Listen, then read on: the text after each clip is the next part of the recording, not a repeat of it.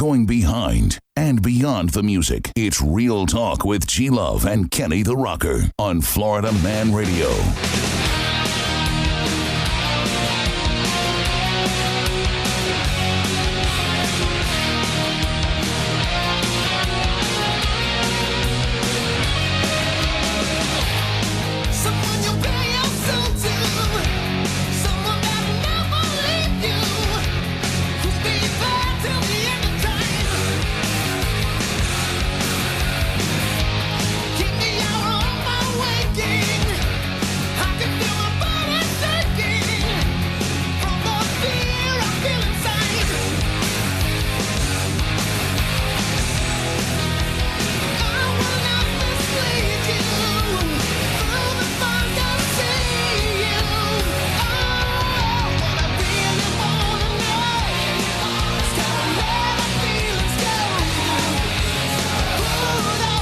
You ready for this?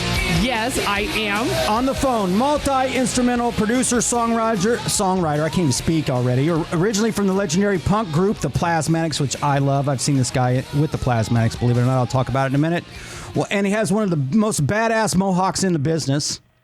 It's my favorite. What's his name? Oh, Jean Beauvoir. On the phone. How you doing, Jean? I'm doing good. How about you guys? You all right? Hey, we're all good, man. Living the dream, baby. That's it. Hi, John. How are you? I'm very good. How about you? I'm so happy because right now I'm talking to you. So, that puts me in a great space. No, I let me tell you, I was saying earlier, if anything anybody knows about Jean Beauvoir is the fact that you have one of the best. This thing has stayed with you for years, and nobody will ever forget it at all. The mohawk, man. Nobody. I know. What made you think of that? Stamp on it. I'm just curious. What made you think of? I mean, I know with the Plasmatics they had a certain look, but what for you was the deciding factor to say, "Oh, I'm just going to wear a blonde mohawk"? Well, I'll tell you. Before I was always a rebel. So before that, I had almost like white going through the top of my hair, but I still had hair on the sides. And then when I joined the Plasmatics, I don't know, it just felt like, okay, now I can do whatever I want, really whatever I want. Sure. And at the time, it just made sense. I said, you know what, I'm just going to shave off the sides and get it as blonde as I can, which was not easy in those days. Right. You see a lot more now, but trying to get the right, chemicals and everything to get that to happen without losing all your hair. So you're going to say that was that's your hair? Well, I mean, he definitely had the hair, yeah. Well, you've seen the mohawk evolve over the years. Yeah. Right. That's what I'm saying. Hey, it's kind of like my shoulder pads back in those days. Oh, yes. Love shoulder pads. We got Eric in the studio here, too. How you doing, John? Hey, Eric. How are you? Great. So, very talented, Eric. Yeah. Oh, so Thanks, sweet. John. I love Eric Stone. I even asked, I go, how did you two meet? And he told me the story. And, I said he probably liked your look, too. I mean, he's a big Viking dude. Who wouldn't like that look? Exactly. See, I told you. The Viking rhythm section. Yeah, there's nothing wrong with that. So, John, I spent a lot of time in Scandinavia. I caught a show with you back in Indianapolis at a place called The Vogue. I think it was even on a Wednesday night. I just happened to roll in, back in the early 90s, and I seen the Plasmatics, and one of the most crazy... 80s, you mean? Well, yeah, there's like 92-ish, I think it was, or something. I don't remember exactly, but I just remember how crazy. I just was there on an off night. I walked in and she's in there with tape on her boobs and a chainsaw and spray paint and flamethrowers. I mean, I've never seen anything like that. No, it was pretty crazy. Yeah, I've never seen anything like it. It's the craziest thing ever. And I actually did a little clip right before I got here, just watching some stuff. I seen her on like Joan Rivers or something, but I was just like. That whole scene must have been crazy for you. I mean, just even watching it now, I'm like, oh my God. You know, especially at the very beginning, it was dangerous. Right. It's literally dangerous. We just had, you know, with everything going on stage, you just never, and I think that's one of the things that excited people about coming to the show is they didn't know what was going to happen because it was real.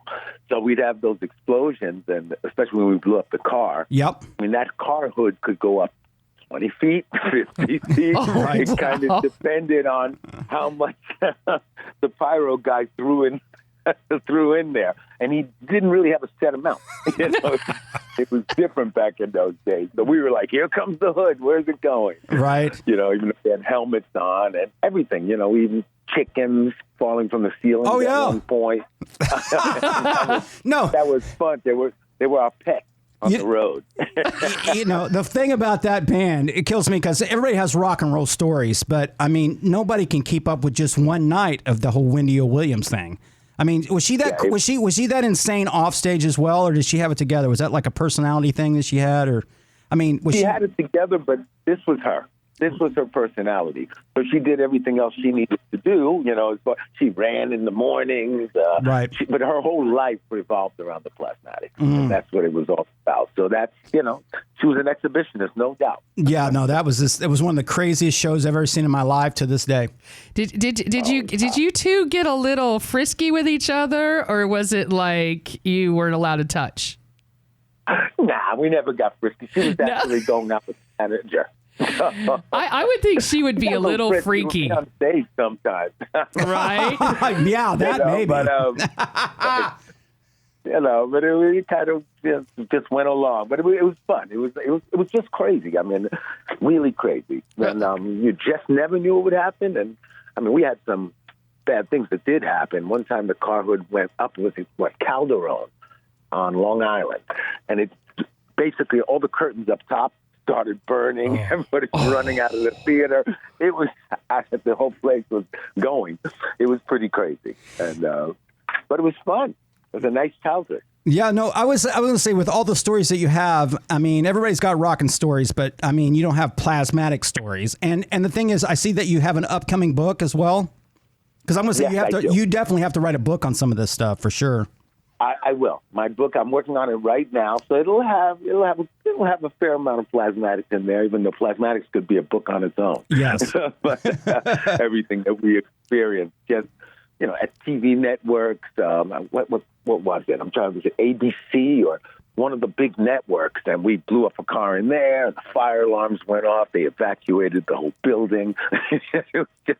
Well, I was doing just a little bit of video research real quick, and I'm clipping on stuff where, like I said, she was on Joan Rivers. I seen you on Solid Gold, believe it or not. You remember that show?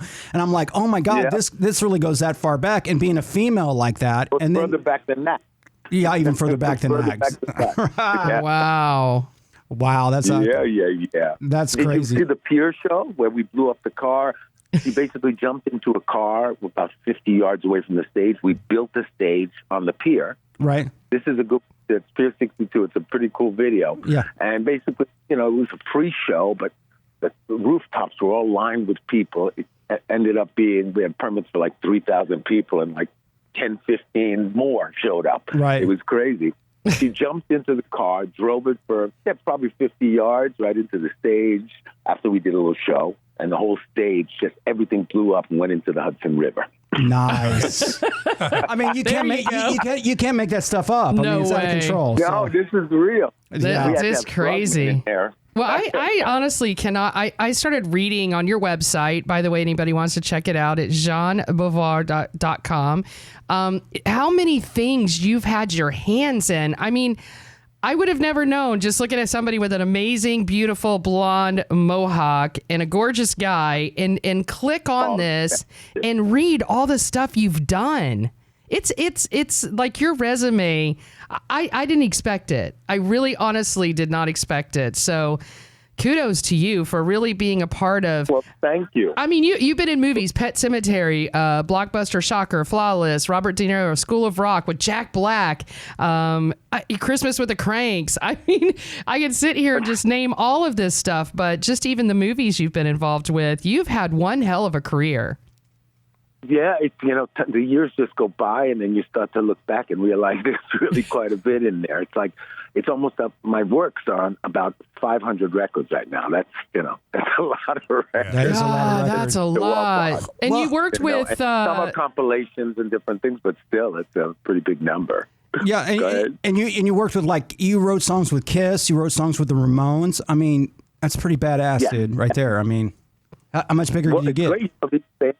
It's crazy that these bands years after are, as famous as they are. The Ramones, at the time when we first did everything, we didn't expect them to blow up like this. It was, they were well known, but it wasn't, as crazy as it got later. Right. The Grammy, everything else, front covers of Rolling Stone, all these different things.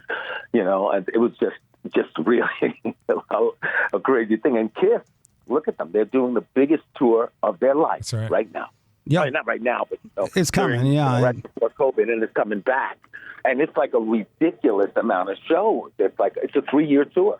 So, another thing about, just back one more thing on the Plasmatics. I mean, obviously that opened doors for, like, the Butcher Babies and these kind of bands as well, right? I mean, she really left an impact on a lot of people. I mean, you see Jackal comes out with their little chainsaw for their one little cute song. I'm like, this chick used to saw cars in half on stage. it ain't no stool, I mean, you ain't putting your initials in something. I mean, she was cutting the stuff in half. It's awesome. Well, I think it was a very influential band, and in some ways, I wish more people actually knew how much it was. But if you look at the girls, the Lady Gagas, and it's a lot of people. You could tell that they've done some research, and they've taken little pieces from here and there. Same thing with rock bands. I mean, Motley Crue at the beginning were chainsawing Wendy Williams dolls, right? And all kinds of stuff, and there's a lot of bands were, heavily influenced by the whole thing, which is good. That's what it's all about. Is making a contribution, a legacy, leaving a legacy. That's it. Right. I figured out the next thing that he should be on. Okay, what's that? I got it. What do you got, dude? Dancing with the Stars. He would be the best. You would be the best contestant for that. I would be all in. I mean, that hit you from left field, didn't it? I would love to see that. You know what? Funny thing is, I've had 2 friends who have been on it. Who actually, one's a keyboard player that worked with me, named Uwe Fahrenkrog Peterson. He was my band Voodoo X, but he comes from Nena. Remember that song? Yeah. 99? Yes, of course. He was in that band. He wrote that song. He was on Dancing with the Stars over in Europe. Another friend of mine. But, it'd be kind of interesting, actually. Or the Masked Singer. I mean, you can sing. I listen, your voice, you can sing. Because I'm like, he should go on one of those shows. And just put it out there. Put it out there. Yeah, but what's he going to do? Have it do with a mohawk? No, we can't put a mohawk up because give it away. I believe they had one like that, and I think someone tried to say it was him. Do you remember that? The turtle. The turtle. Yeah, they tried to say that was you. We watched some Did crazy you watch stuff. that? Really? Yes. No, in I the very didn't, beginning. Yes. Yeah, they tried to say it was him, and then they switched over to Adam Lambert. That's not a bad comparison, by the way. Not at all. So which episode was this? I can't remember. It was in the very beginning because someone, I want to say it might have been, who's the guy on the end? What's his name? The guy who's the judge. He's famous because of his dad. His dad, yeah. I can't think of his name right now. But anyway, he's the one who came out with it and said, yeah, he's got that, that blonde mohawk. So it was early on. It was early on when he did that. It's so funny. I find out about these things years after. Right. I mean, one that was really surprising to me was, I love Sly Stone. He just had some great records. And it turns out, like in 2006, he wore a blonde mohawk. Oh, wow. See, I might be on there. Robin Thicke, by the way. Yeah. That's him. Okay, Robin Thicke is the one who said something. And I remember, and I'm like, I thought to myself, I know this guy's name. So I went and Googled it, and I'm like, oh, that could be him. Because I went and listened to videos of his voice. Because, you go cheat. I go cheat. Yeah, I go cheat and see what's going on. It's all fair game. Yeah, of course. I don't remember. Google. So, John, what do you have going on now these days? I mean, you got some new music coming out. What's happening in your world? Yeah, I'm working on the book. That's one thing. And I've been doing some writing. I kind of decided I wanted to, get some songs on some more records. Why not, right? But So I kind of made an effort towards that. And actually, it's a band called Lordi out of Europe. They won the Eurovision contest, so they're very big over there. Right. And it turns out that he recorded a song that Paul Stanley and I wrote in 1989. Wow, good for you. And it came out as their single hit. So and that's this year. Wow. That's a song you probably did say you forgot all about, and all of a sudden they bring it back out and kill with it, right? Completely. They were sitting around. I was writing other songs with them, actually. I was in Finland, and we were writing, and they said, listen, we're making an album. What if we had a hit in 79? What would it sound like? What if we had a hit in 83? And it went through different years, and that was what the album concept was about. Wow. Pretty cool. And I told them, well, listen, I got a song for 89. That's awesome. So They how, checked it out. Loved it. so how are you holding up during this whole pandemic? I mean, you must be ready to go out and rock, right? I mean, this has been probably a big time off. Yeah, we're definitely ready. Actually, I was getting something together with, Patrick Johansson from the Bay Malmsteen, and Eric was with me, and we were getting ready to go out and do some shows. Right. And then next thing, this thing hit. Yep. But hopefully now I'm starting to talk to the agent again, and it looks like I'm actually doing a show December 18th in Sarasota. Okay. Oh, where at? Which is I might come stalk event. You. You should come. Oh. Let me know if you want to come. Seriously, it's a KISS event, and it's the same people that do. It's the cruise right before. Yes. Oh. Yes, we know some people on that thing that do that. Yes, I'm going to come. It's Cruise Fest. It's Cruise Fest. Yes, KISS Cruise Fest. Yeah. And they're doing it virtually this time, so it's going to be kind of neat. Are they allowing people though? Are they allowing people to come, or is it? Yeah, there'll be 200 people. Oh, okay. Can I be one of those, Eric? You can be. If you gonna hook me up? Sarasota. I'll drive to Sarasota. No, I knew about it because I know. It's not like I gotta fly. Because I actually performed the KISS Cruise pre-show or whatever it's called. About 4 years ago. Oh, cool. But a lot of guys there. Got like Ace Frehley's comments usually show up. That I'm kind done. Of stuff. I'm there already. That's right. Yeah, I know. So I think Bruce is doing something for this one, and just a couple of people. Hey, walk to the light. Walk to the light. You're starting to cut out on us. I know. I hear that. Walk to the light. But yeah, Bruce Kulick, I got you. Yeah, all those guys play that stuff. So actually, Ace Frehley and Gene Simmons' band. So, right. Is going to be, and I'm just doing a few songs, so I'm going to jump up with Ace Frehley's band and just do a few songs. But it should be cool. Yeah. And then here it starts. Back out there. Right. Well, listen, John, if people want to track you down, I think G-Love, you gave the website earlier. I've been giving all kinds of stuff. Yeah. Oh, you. Beauvoir.com or Facebook.com, Jean Beauvoir official. So yeah, but my website has all those links. Oh, awesome. Okay. Be sure to say goodbye to me in Creole, please. Oh, okay. I love it. But I'm not leaving you yet. But because Creole. You speak Creole? I do not, but I've heard it a lot. No, but she knows how to flirt, man. That's what she's doing right now. So. Exactly.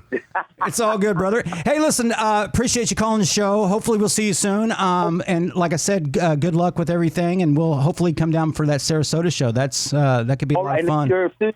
Let me know so I can try to work something out for you, okay? You got it, man, and I appreciate it, and everybody check it out. All right. Listen, man, take care, and we'll talk to you soon, brother. Talk to you soon, John. All right, thanks a lot. Bye. Thanks, man. Bye-bye. We'll be right back.